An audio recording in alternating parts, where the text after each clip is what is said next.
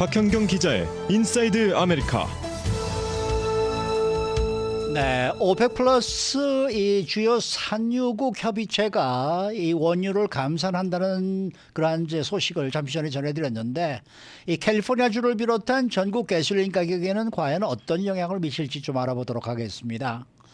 또 올봄에 남가주에서 주택을 구입하려 한다면 쉽지가 않을 것 같습니다. 매물이 많이 없기 때문인데요. 박현경 기자.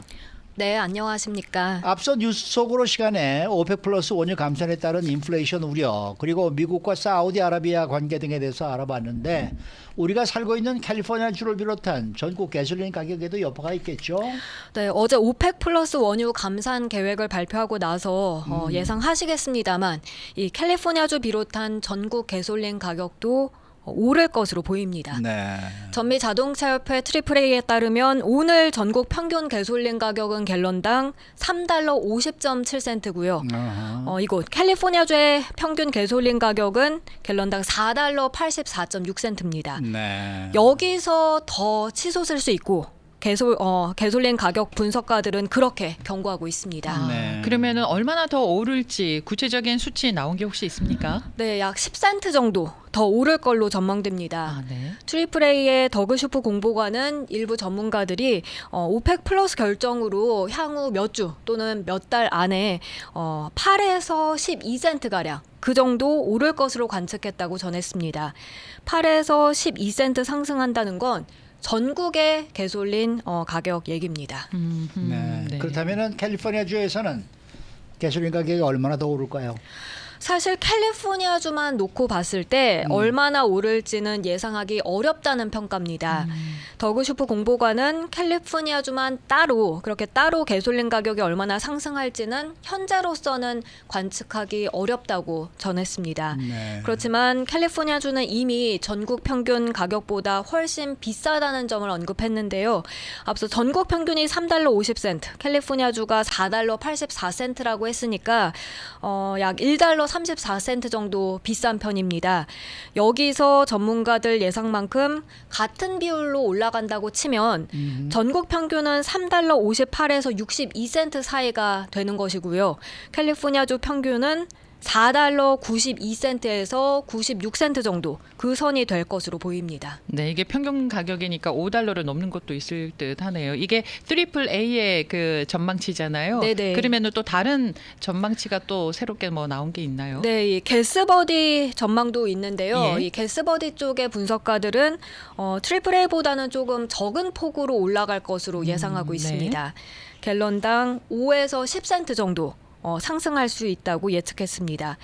AAA 전망보다는 상승폭이 적긴 하지만 그래도 여름 여행 시즌 때 보면 항상 가솔린 가격이 뛰잖아요. 네. 그렇죠. 그것까지 합치면 결국은 이중고를 겪게 될 것이란 전망입니다. 네. 뭐 이미 남가주 가솔린 가격은 오늘 아침에 좀 많이 좀 뛰었죠. 그렇습니다. 네. LA는 2.1센트, 오렌지 카운티는 2.3센트 각각 올랐는데요. 이게 지난달 초 이후에 가장 큰 폭의 상승을 기록한 겁니다. 네. 3월 1일과 3월 3일 이쯤 이후에 이렇게 2센트 넘게 오른 적이 없었습니다. 이로써 오늘 LA 카운티 평균 가솔린 가격은 4달러 88.8센트, 오렌지 카운티 평균 가솔린 가격은 4달러 85.4센트, 그렇게 갤런당 5달러에 더더욱 가까워졌습니다. 물론 일부 주유소에서는 이미 5달러 넘어선 것도 있는데요. LA 한인타운 주유소들에서 오늘 아침 레귤러 등급 가격은 게스버디 쪽을 보니까 대체로 4달러대 유지하고 있습니다만 네. 그 왜 LA에서도 비싼 곳으로 유명한 그 베벌리 센터 옆에 주유소 있죠. 세븐이식스 주유소. 네, 거긴 네. 보면 항상 가장 비싼 편인데 네. 오늘 아침 5달러 19센트에 달합니다. 레귤러 등급이요. 나쁜 사람들.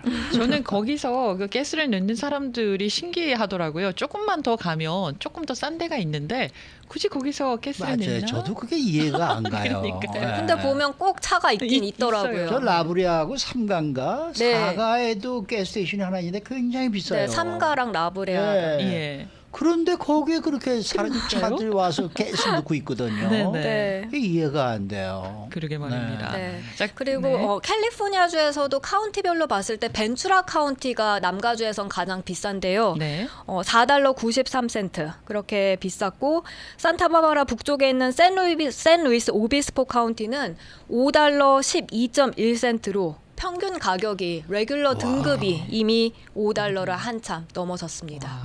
그러면 하루 사이에 전국의 평균 가솔린 가격은 어떤 변화가 있었습니까? 전국 가솔린 가격도 오르긴 올랐습니다. 예.